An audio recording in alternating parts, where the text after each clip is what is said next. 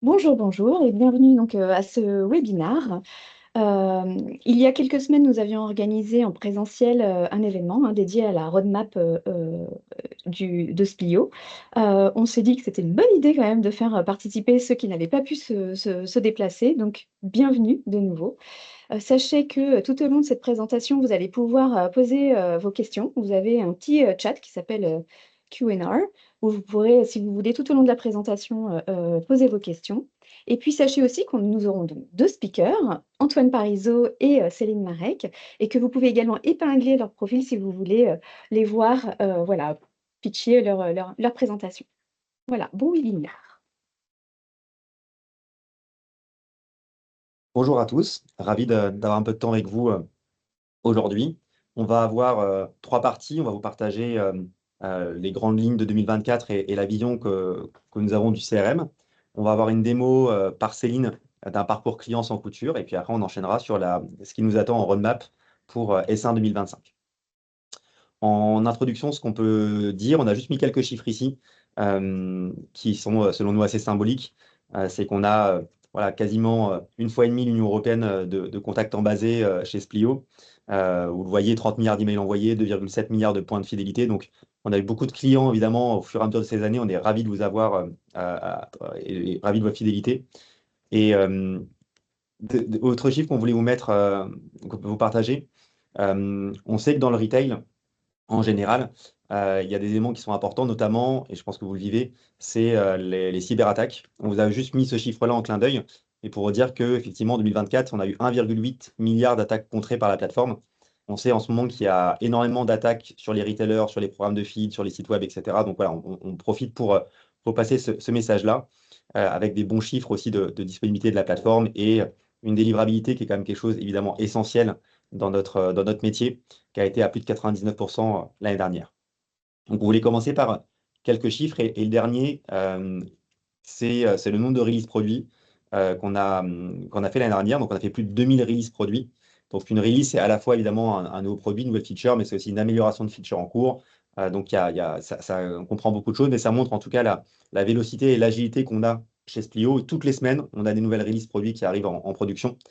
Et on sépare de releases majeures qui sont vraiment généralement plutôt visibles pour vous. Donc, c'est des nouvelles fonctionnalités ou des améliorations majeures de fonctionnalités qu'on a eues. Et quand on fait un petit zoom, alors on en a choisi quelques-unes, mais beaucoup de choses sont arrivées en 2024. On a beaucoup investi sur la connaissance client à travers des dashboards de performance des campagnes, mais également de connaissance client.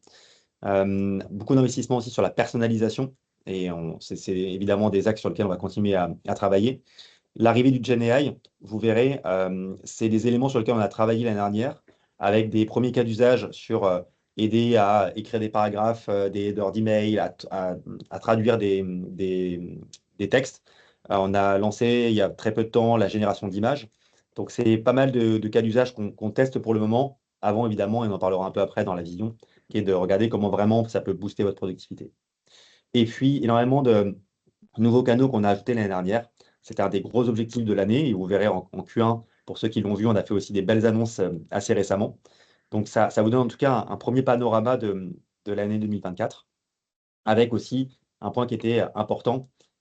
C'est un partenariat fort qu'on a avec Shopify depuis plusieurs années. Et on est désormais dans l'App Store et on a continué à investir assez fortement sur ce connecteur, avec notamment de la gestion multi-boutique, avec de l'extension pour avoir directement, si vous avez la fidélité chez nous, d'avoir toute la partie extension checkout de la feed dans Shopify. Donc, voilà, pas mal d'investissements aussi de ce côté-là en 2024.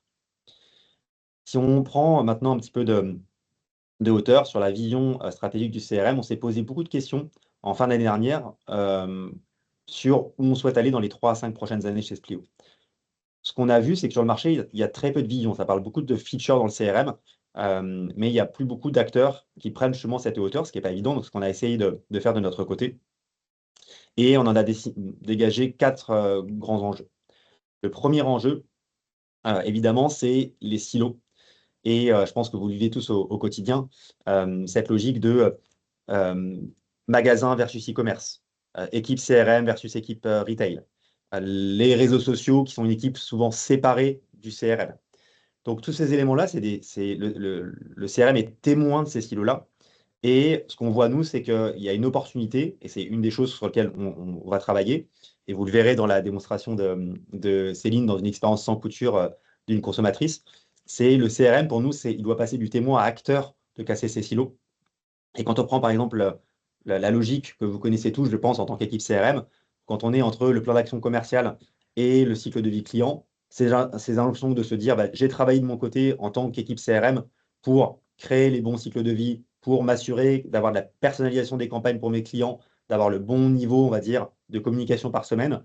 Et puis, on a toutes les semaines des enjeux de trop de stock sur un produit, j'ai une nouveauté produit, j'ai une opération trade où je dois parler je me suis engagé à parler à ma base d'un produit. Voilà, donc il y a énormément d'injonctions qui arrivent dans le CRM. Et une des logiques fortes, c'est comment on va justement réussir à orchestrer toutes ces prises de parole, à prioriser toutes ces prises de parole. Donc, c'est le premier élément pour nous qui va être très fort. C'est comment on va vous aider les marques à casser ces silos. Le deuxième élément important pour nous, évidemment, c'est l'expérience de vos consommateurs et la connaissance de vos clients. On le sait historiquement, quand on prend Elodie, elle va arriver chez vous potentiellement par un magasin. Ensuite, elle va avoir une expérience dans un deuxième magasin. Elle va aller sur votre site e-commerce. Elle va potentiellement souscrire au programme de feed. Elle va recevoir des emails. Et autour de ça, évidemment, il y a tous les nouveaux canaux qui vont arriver. Donc, elle va engager avec vous sur les réseaux sociaux, etc. Donc, l'expérience, évidemment, d'Elodie avec votre marque, elle est sur énormément de canaux. Et c'est évidemment une complexité à gérer d'un point de vue marque, de cette pertinence, en tout cas, sur ces différents canaux-là. Et on a vu récemment arriver les chatbots. Et pour nous, cette arrivée-là va clairement changer la donne. Pourquoi? Parce qu'on avait un premier enjeu pour vous en tant que marque, sur lequel on vous accompagne, c'est de se dire, tous ces canaux, toute cette connaissance client, en tant que marque, mon premier enjeu, c'est de me dire, OK, je vais avoir toute la donnée dans une seule base maître, ça s'appelle CDP, et une fois que j'ai toute cette donnée à un seul endroit, j'ai la connaissance client d'Elodie. Donc ça, c'est l'enjeu numéro un. C'est vraiment les CDP qui vous aident à faire ça. Il y a un deuxième enjeu qui revient à ce que je disais juste avant, qui est de se dire comment j'orchestre une prise de parole multicanal et comment je priorise ces prises de parole. Donc là, ça devient un défi où nous, on aide les marques depuis plus de 10 ans grâce à l'IA. Là, on est vraiment dans cette logique-là de priorisation de campagne. Mais là, on est dans un monde où, pour le moment, c'est vous, en tant que marque, qui pouvez communiquer avec votre client, qui priorisez les campagnes. L'arrivée des chatbots, des canaux conversationnels comme WhatsApp, comme le RCS, etc., change la donne. Ça change la donne pourquoi? Parce que maintenant, vos clients viennent vers vous. Donc, ça amène pour nous un défi majeur, mais une opportunité énorme pour le CRM. C'est qu'évidemment, ces nouveaux canaux, il faut qu'ils soient connectés au CRM pour garantir une conversation personnalisée. L'enjeu pour nous, ce n'est pas le chatbot. Vous en aurez plusieurs. Vous aurez le meilleur chatbot, c'est certainement le chatbot du e-commerce, ça sera directement par votre outil d'e-commerce. Pareil dans le service client. Donc l'enjeu pour nous, ce n'est pas le chatbot en soi. Encore une fois, il y en aura plusieurs. L'enjeu, c'est que les chatbots conversationnels, ils utilisent tous OpenAI, Gemini de Google, peut-être Mistral, mais or, pour les marques qui vont développer leur propre LLM, vous allez vous appuyer sur des chatbots qui utilisent, encore une fois, ChatGPT. Donc, soit vous laissez ChatGPT parler à vos clients en votre nom, soit vous connectez tous ces chatbots à la mémoire de votre entreprise, et la mémoire de votre entreprise pour le client, c'est le CRM, et au cerveau de l'orchestration, le cerveau de l'orchestration, là encore, c'est le CRM. Donc pour nous, c'est une formidable opportunité de réellement mettre le CRM au cœur du SI marketing pour à la fois, évidemment, investir sur le CRM en tant que plateforme, j'ai toutes les données, investir sur le CRM avec l'IA pour se dire j'ai de la connaissance client, je connais mes clients et leurs prochaines intentions d'achat ou d'engagement, et évidemment d'être connecté à tous ces canaux, à la fois en descendant, mais aussi quand le client vient à vous.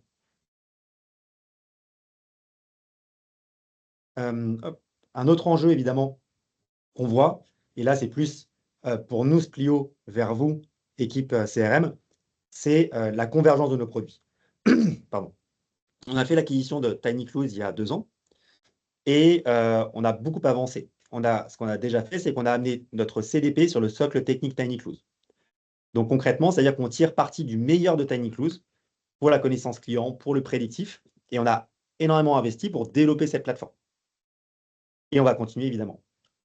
Dans quelques semaines, on aura une intégration de TinyCluse dans notre marketing automation avec un premier cas d'usage. Vous le verrez un peu plus tard. Donc, l'enjeu de la convergence de nos produits, pour nous, elle est fondamentale. On l'a fait historiquement avec la fidélité, qui est complètement intégrée dans l'activation du marketing automation. C'était un enjeu très fort pour nous d'avoir cette convergence produit pour vous faire gagner du temps et de la productivité. C'est un enjeu aussi majeur pour nous, évidemment, parce que quand on va faire converger nos produits, c'est-à-dire que quand on va investir sur la CDP, le prédictif, bah, ça va toucher tous nos clients, que vous ayez que le marketing automation, la CDP, que la partie prédictive. Donc pour nous, c'est un enjeu majeur de pouvoir mutualiser les investissements. Un autre enjeu majeur pour nous, c'est l'IA. Beaucoup d'acteurs disent qu'ils vont investir des millions dans les prochaines années sur l'IA. Nous, on a investi 50 millions d'euros ces 10 dernières années en R&D sur l'IA entre TinyCluse, Diem et Splio. L'année dernière, on a targeté 12 milliards de consommateurs grâce à l'IA. Donc, c'est notre métier depuis 10 ans. On a des assets forts et on va continuer à investir sur cet asset qui est au cœur de la différenciation produit chez Splio. Un autre élément pour nous qui est clé, c'est l'IA dans la chaîne de valeur du CRM. Et là, ça revient à, pour vous, équipe CRM. Notre conviction, c'est que l'IA ne va pas remplacer les équipes CRM, c'est que ça va être une aide pour vous. Et notre vision, elle est simple, c'est de prendre la chaîne de valeur du CRM et d'ajouter de l'IA tout en vous laissant la main. Et parce que c'est vous le chef d'orchestre à la fin de l'histoire, c'est vous le stratège. Qu'est-ce que ça veut dire? C'est de se dire, on va décomposer la chaîne de valeur et de se dire, je prépare mon plan CRM. Comment, en écrivant un prompt, je vais avoir de l'aide? Comment on va me donner des idées de white space, etc. Deuxième élément, c'est je dois prioriser mes campagnes entre elles. Troisième élément, c'est je dois créer du contenu. Là, de la même manière, comment, via un prompt, je peux avoir un contenu qui est créé. Je veux créer un email pour parler de tel enjeu, de tel sujet, etc. Que l'email soit créé automatiquement, mais qu'il arrive dans le designer de l'email pour que vous puissiez vous dire, OK, j'ai une proposition de l'IA, mais je peux, moi, en tant que marketeur, travailler sur ce mail. Je peux ajouter de la recommandation produit, je peux modifier toutes les images, je peux modifier le texte. Même chose pour les automations. De dire, via un prompt, voici mon enjeu. On vous propose un automation, mais vous avez, vous, la main pour tout modifier.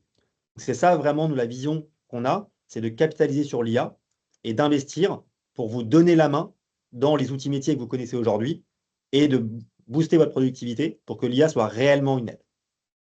Et le dernier élément pour nous qui est important, c'est la logique d'écosystème. On a investi très fortement sur la connectivité depuis plusieurs années. Mais si on veut réellement mettre le CRM au centre, il faut qu'il soit interconnecté avec votre écosystème. On en parlait tout à l'heure. Si on veut vraiment que les chatbots puissent se dire, tiens, j'ai Elodie qui vient me parler sur WhatsApp, sur mon site, n'importe, il faut que ces chatbots, ces canaux conversationnels, puissent venir interroger le CRM. Qui est Elodie? Quels sont les attributs principaux? Quelle est sa propensity to buy certaines catégories de produits? Quelle est sa propensity d'interagir sur des éléments d'engagement? Donc, c'est-à-dire que toute la donnée et toute l'intelligence qui est dans le CRM, elle va devoir être exposée aux différents canaux que vous avez, parce qu'évidemment, le CRM ne gérera jamais tous les canaux. Ce n'est pas notre objectif. Vous allez avoir différents canaux. Nous, notre enjeu, c'est d'amener l'intelligence, la mémoire et l'orchestration et la priorisation de la prise de parole dans ces différents canaux. Donc ça, c'est les différents éléments clés de la vision qu'on a. Donc si je récapitule, le premier enjeu, c'est vous aider à casser les silos de l'entreprise grâce au CRM.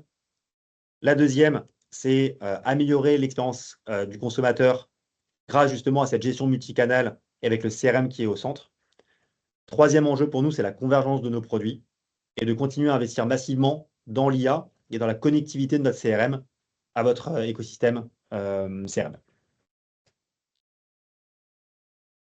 Hop. Je vais laisser la main maintenant à Céline. Donc, on a décidé pour cette démo de partir sur quelque chose d'un petit peu différent et cette fois-ci, de nous mettre directement à la place de vos clients pour aller constater finalement l'impact d'une bonne stratégie marketing menée sur les ventes et l'engagement de ces clients.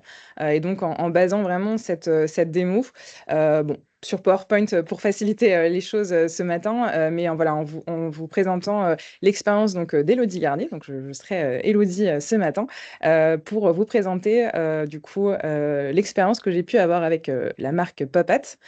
Donc, Popat, c'est un retailer spécialisé qui vend donc des chapeaux et autres accessoires. Ils ont aujourd'hui un site e-commerce et plusieurs boutiques en France, mais aussi à l'étranger.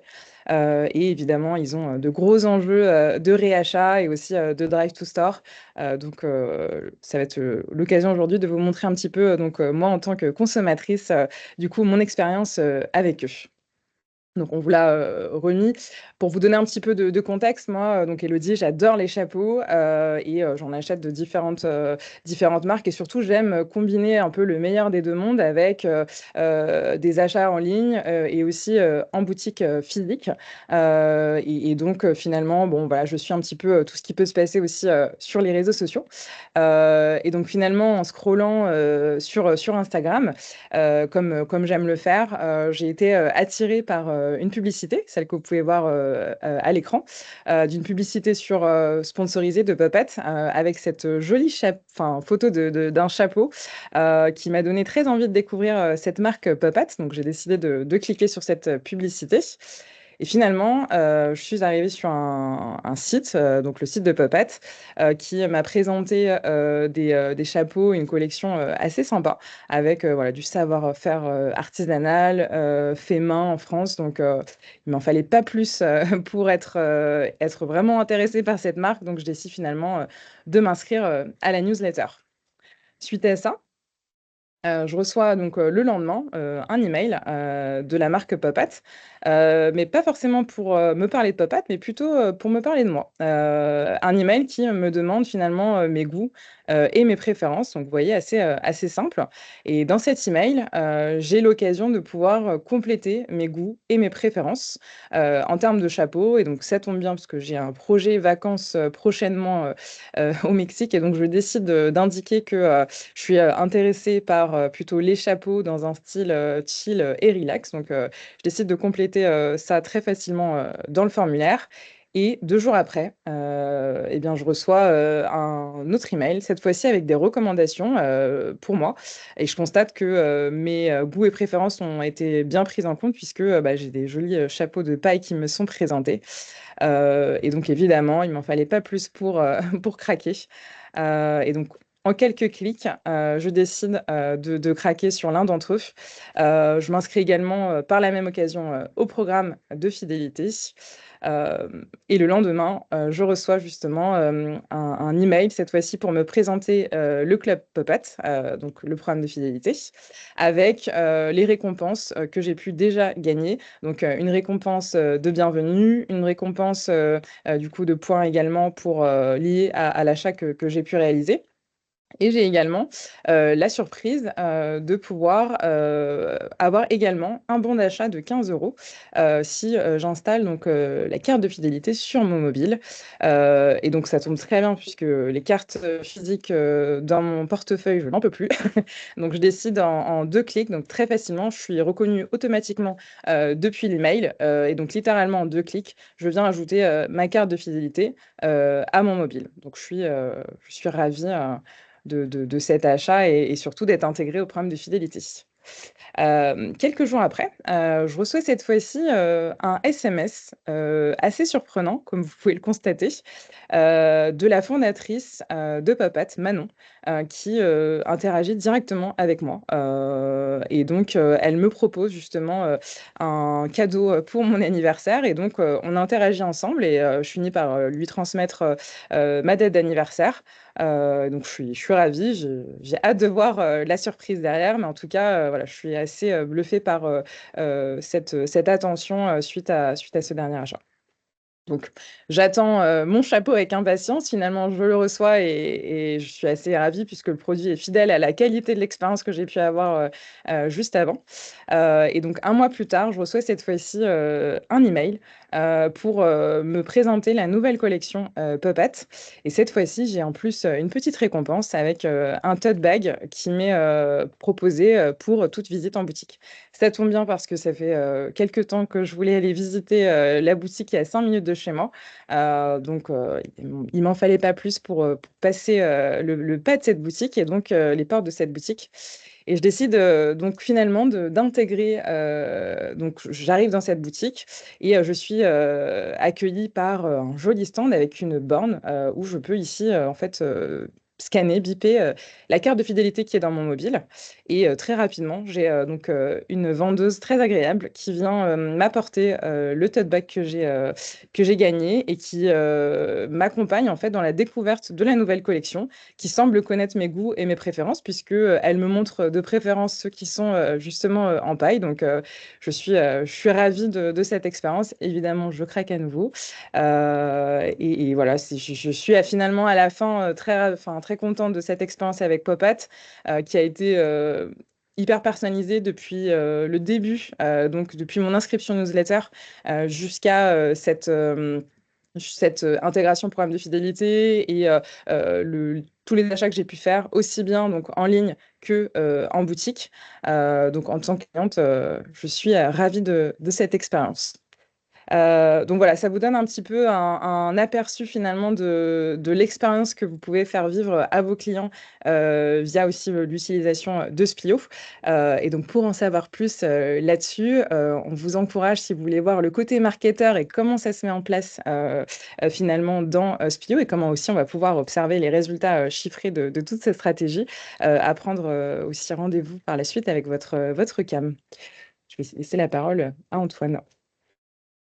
Merci Céline. Un point qui est important, j'en parlais tout à l'heure, c'est avec l'acquisition de TinyClose, on a beaucoup investi sur la plateforme, on va dire, technique TinyClose. Et en parallèle de ça, on a énormément investi aussi sur notre marketing automation pour avoir, pardonnez le mot technique, mais de revamper notre marketing automation. Donc, c'est lui donner un grand coup de neuf, on va dire ça comme ça.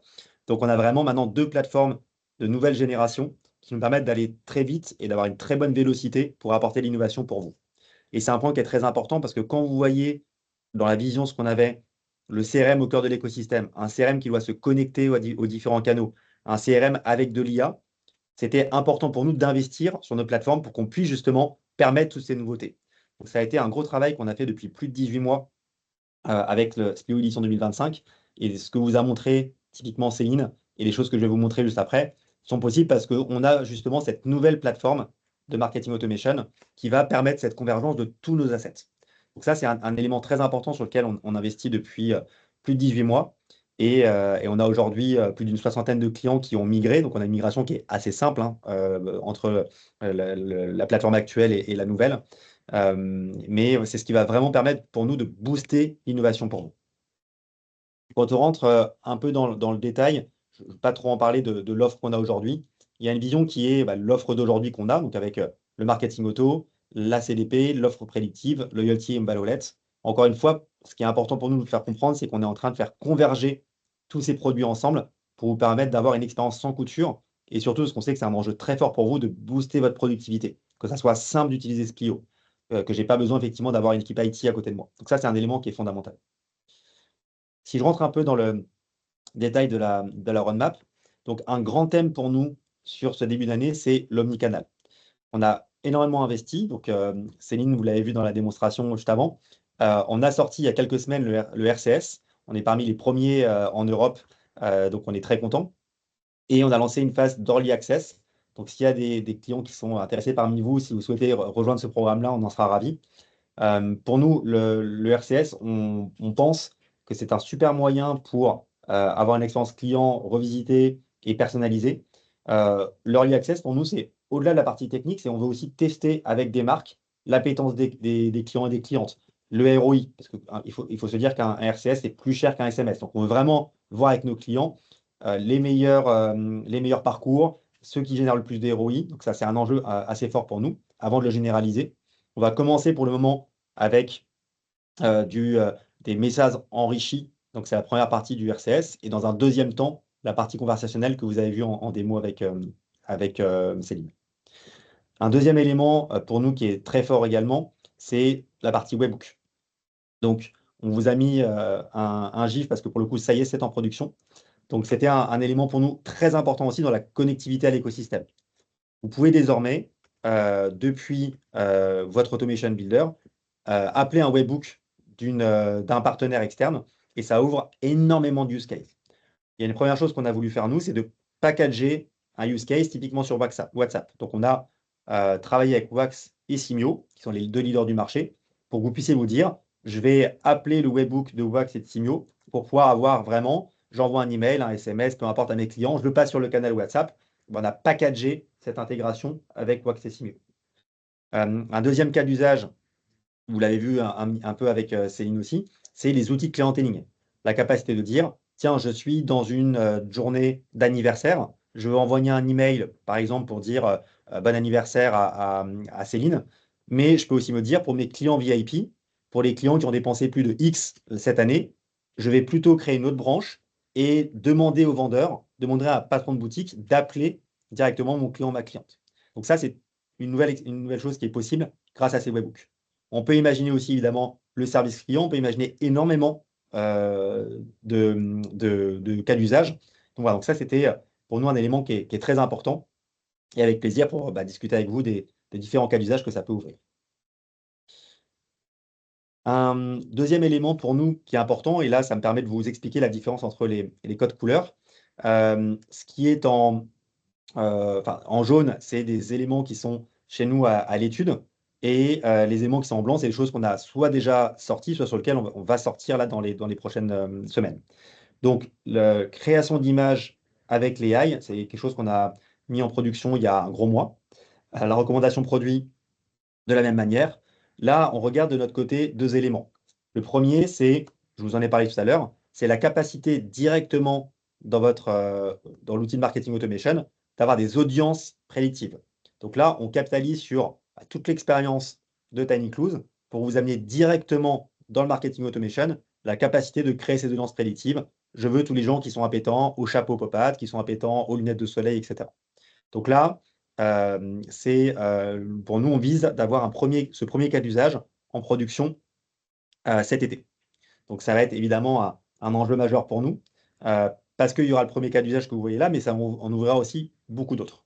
Donc là, pour nous, c'est un point vraiment important dans la convergence et de vous faciliter la vie au quotidien pour dire vraiment, j'ai toutes mes campagnes à un seul endroit. Une autre question qui se pose maintenant, c'est de se dire, là, on voit qu'on arrive à trouver des audiences grâce au prédictif. On a sorti l'année dernière une recommandation produit qui est comme tout le marché, qui est déterministe. Une question qu'on se pose, c'est autour de la recommandation produit prédictive. Donc là, on a lancé de notre côté des études plutôt techniques. Et donc, on va se poser des questions, je pense vraisemblablement à la fin de l'été ou à la rentrée. Et on va en tout cas avoir besoin de vous, parce qu'on va vous interroger aussi sur la pertinence d'aller plus loin sur la recommandation produit. Peut-être vraiment à se poser la question tous les jours du meilleur produit pour chacun de vos clients. Donc nous, il n'y a pas d'enjeu, on va dire, technique compliqué, mais il y a un enjeu après de business model, c'est que tous ces calculs-là coûtent de l'argent. Donc il y a aussi une question qui se pose de se dire, est-ce que vous êtes intéressé typiquement par ce genre de fonctionnalité supplémentaire? Un autre élément, évidemment, qui est important pour nous, c'est l'orchestration. J'en parlais tout à l'heure dans la vision, c'est que c'est évidemment important de dire j'ai investi sur une CDP pour avoir toutes les données au même endroit. L'enjeu après, évidemment, il est de se dire comment j'orchestre mes communications et que je fais de la priorisation. Donc là, pour le moment, on a ajouté la gestion de la pression marketing l'année dernière dans notre plateforme. Aujourd'hui, on peut gérer toutes les campagnes avec Splio, ce qui est un point fort. Et il y a 2 éléments aussi qui sont à l'étude chez nous. Une logique de priorisation de campagne et la deuxième qui est la pression marketing à l'individu. Là, de la même manière, tous les outils du marché, et ça nous inclut aussi, ont une pression marketing qui est statique et qui est la même pour tous les clients. Donc, que je sois un client de la marque très engagé ou pas, on dit il y a 3 communications par semaine, maximum de emails, un SMS, vous connaissez ça. Tous les outils en sont là. Donc, une des questions qui se pose chez nous, c'est d'utiliser l'IA pour justement réussir à avoir des clusters de personnes et pour dire, effectivement, peut-être que moi, de mon côté, je suis assez peu appétant aux emails de la marque, là où, par exemple, Céline pourrait être très appétente. Donc, moi, automatiquement, on pourrait se dire, Antoine, il faut qu'il reçoive que uniquement 2 communications par semaine, là où Céline, elle pourrait en avoir 4. Ça, c'est une thématique d'étude qu'on a chez nous. De la même manière, pour la connaissance client, on va continuer à améliorer les dashboards chez nous. Et on a un élément qu'on a commencé à travailler de notre côté, qui est d'avoir un assistant AI sur les données de la CDP et du prédictif pour que vous puissiez être capable en langage naturel de poser des questions sur vos données et d'avoir les réponses qui s'affichent. Donc là, c'est un sujet sur lequel on travaille avec Google depuis quelques semaines. Et on croit vraiment, en tout cas, dans cette chaîne de valeur du CRM, j'en parlais tout à l'heure, à vous donner la capacité à poser des questions et avoir des réponses en langage naturel. Parce qu'on voit que au bout d'un moment, vous avez énormément de dashboards que vous consultez au quotidien. Et on sait que la réponse n'est pas d'ajouter encore de plus en plus de dashboards. Donc ça, c'est un élément aussi sur lequel on travaille. Et puis pour conclure, on va continuer à investir sur la connectivité. Donc là, c'est le développeur portal qu'on a avec les différents connecteurs qu'on a aujourd'hui. Donc on va continuer à investir, soit nous en direct, soit via des partenaires. C'est qu'on a un framework, nous aujourd'hui, on a des partenaires qui développent des connecteurs sur le framework de Splio. Et une petite nouveauté par rapport à avant, c'est que maintenant, dans notre documentation, vous avez accès à notre roadmap. Donc tout ce que je vous ai présenté en synthèse, on a essayé d'être concis. Vous pouvez le retrouver sur notre documentation avec à la fois les product updates et donc la roadmap du semestre. On en a fini, donc je ne sais pas si on passe aux questions-réponses. Alors, est-ce qu'on a des questions? Pour l'instant, il y en Pour a. l'instant, pas de questions. Si, ça arrive. ouais, j'en ai. Tu peux la lire. Alors, sur la partie prédictive et l'appétence à l'achat produit, est-ce que cela se fait via la récolte de données auprès du client via un formulaire?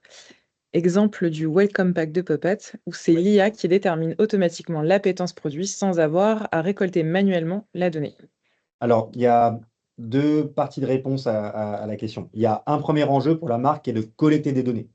Donc là, c'est ce qu'on voyait avec Céline, c'est de se dire, on a nous ajouté des formulaires l'année dernière à la plateforme.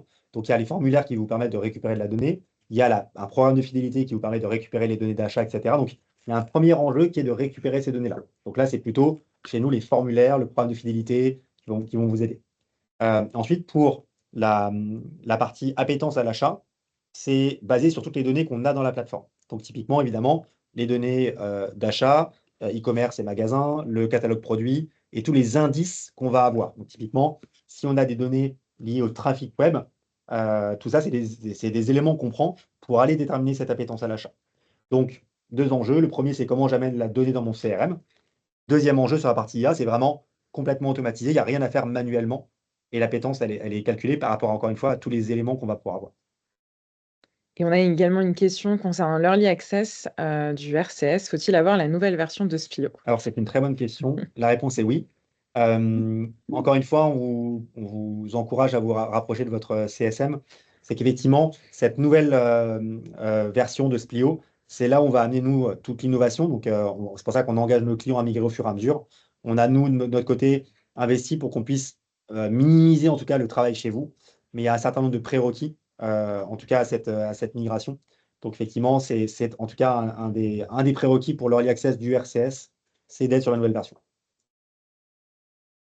Alors, a priori, on n'a pas d'autres questions pour le moment. Eh bien, écoutez, on va pouvoir... N'hésitez pas si on a une qui ont peut-être attendre une petite minute, s'il y a une autre question. Non. De toute façon, n'hésitez pas si vous avez des questions, évidemment, à voir également, enfin, avec les CSM et les CAM qui sont... Ah, on a une nouvelle question. Ah, bon. Merci pour ces infos. Eh bien, avec plaisir. Donc, je pense que c'est un point important, en tout cas, pour conclure, c'est que ce qui a toujours fait la force de Splio, c'est d'être proche de nos clients.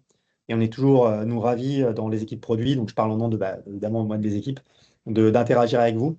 Donc, s'il y a des éléments où vous vous êtes dit, tiens, ça résonne ce dont on a parlé, à la fois dans la partie vision, à la fois dans la partie plutôt roadmap qu'on a, si vous dites, ça résonne chez moi, j'aimerais bien creuser et je serais prêt à donner de mon temps, on sera, nous, en tout cas, toujours très contents de passer du temps avec vous. S'il y a des choses aussi à préciser. Donc, voilà. Donc, n'hésitez pas, en tout cas. C'est qu'évidemment, vos CSM sont le point d'entrée pour vous. Mais voilà, l'équipe, en tout cas, chez nous, sera toujours disponible et toujours ravie de pouvoir prendre des informations chez vous. Et je vois qu'on a une dernière petite question dans la conversation concernant le RCS, c'est le fait qu'il soit donc pas de RCS à La Réunion. Est-ce que cela vaut la peine de migrer? Alors pour l'instant, nous sur le RCS, on est sur une démarche sur l'Early Access de Destination France. Et c'est France Métropolitaine, merci. Oui, c'est vrai. Désolée, et finalement, là-dessus, l'idée, ça va être, c'est un nouveau canal qui va aussi se développer.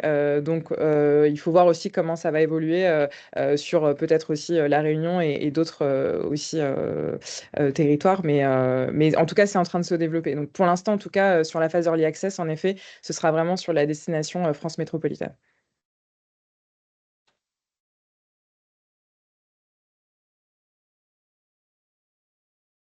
Je pense qu'on est bon à priori. Eh bien, merci à tous. Et, Merci à tous. et puis à bientôt. Bonne journée. Bonne journée, au Au revoir. revoir.